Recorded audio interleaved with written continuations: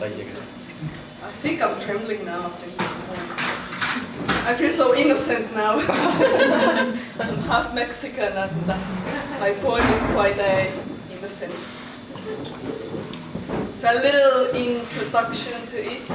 Last year it was rough for me as well, as probably for many people. And I think my life, actually my inside was just broke out. And many times I didn't know where to find answers or solace or whatever. But then slowly, like, life reminded me, nature. So this is called Wolf.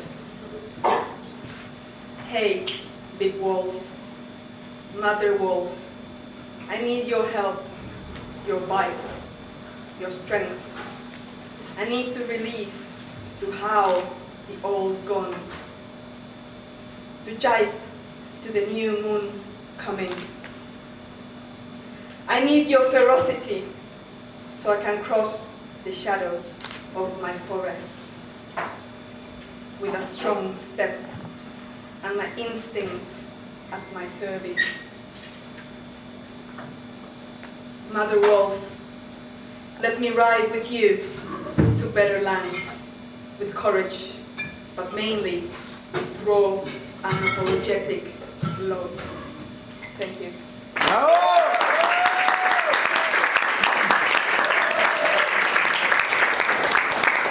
I'm gonna dance.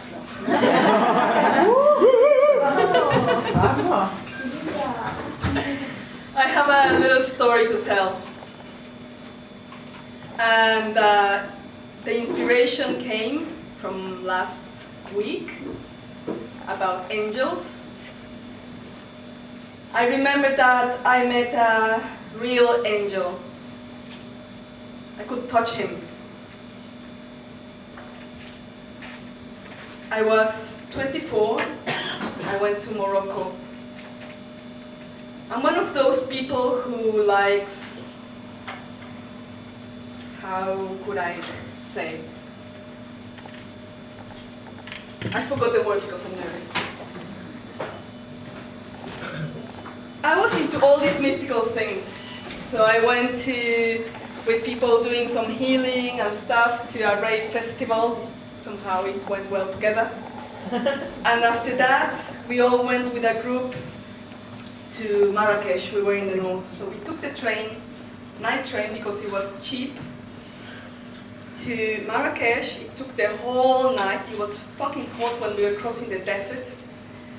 And I was wearing the wrong contact lenses. I'm sorry about this, it's a little bit rough at some points. I'm gonna try to keep it soft. So one of them broke inside my eye. And it became really, really infected. And I couldn't stand light.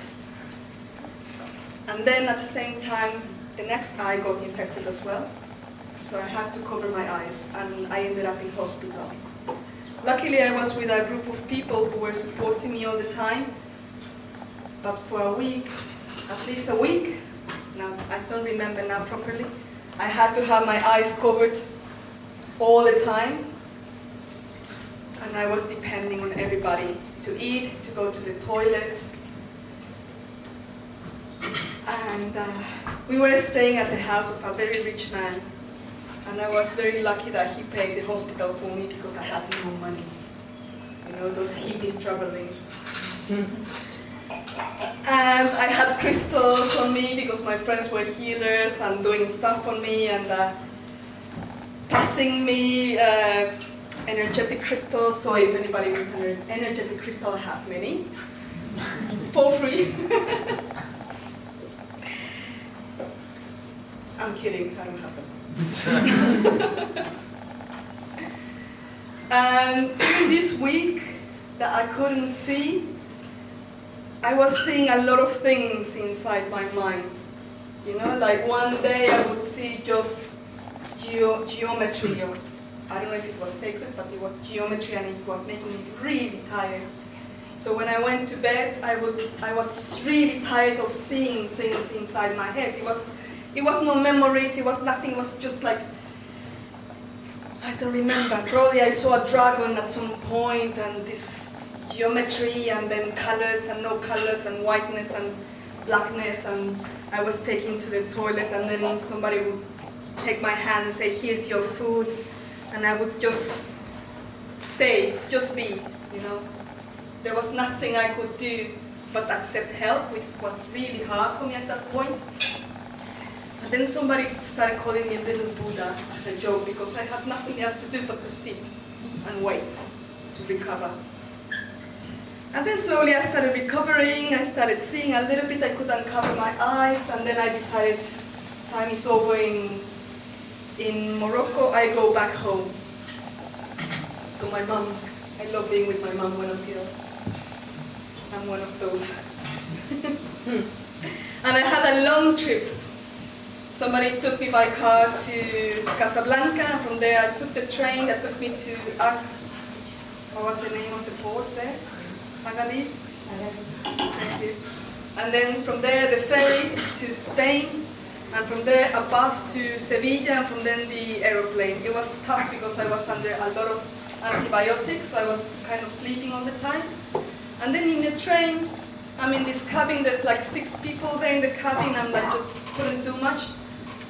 And then I started asking, like, is someone taking a taxi to the port to take the ferry? And then a German guy was like, yeah, we can share the cab. So I tell him my story, and he gives me sunglasses so I could stand the light. I didn't have any. And then in the ferry, he just asked me to lie down and tells me to just sleep.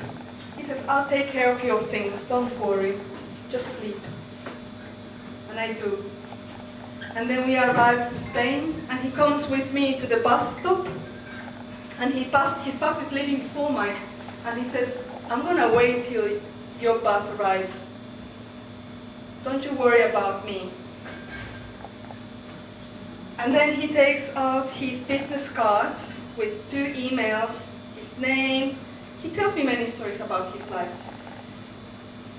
He gives me the card and asks me to write him an email, just saying, I can see. You know, that would make him very happy. So I get into the bus, I get into the airplane, I get home. A week later, or a week and a half later, I'm much better. I'm like, now I can open the computer, I can stand the light already, and I can write him, I can see. So I write happily, I can see, I write a little bit about my life, send the email, rebounds, mail doesn't exist. And he told me about his business, and this is the email of his business. So I'm like, okay, maybe I got it wrong. But I try with the other email, rebound again, mail doesn't exist. I write it in many ways, doesn't exist, no mail exists. This person has disappeared from my life. And I'm like, I met an angel. Like, I'm getting serious, I met an angel. And I didn't believe angels could take a physical form. I'm not a believer of, you know, even though I'm into mystical stuff. But from there on, I do believe that angels definitely exist. And I'm sure there's 1 or 2 around here. Thank you.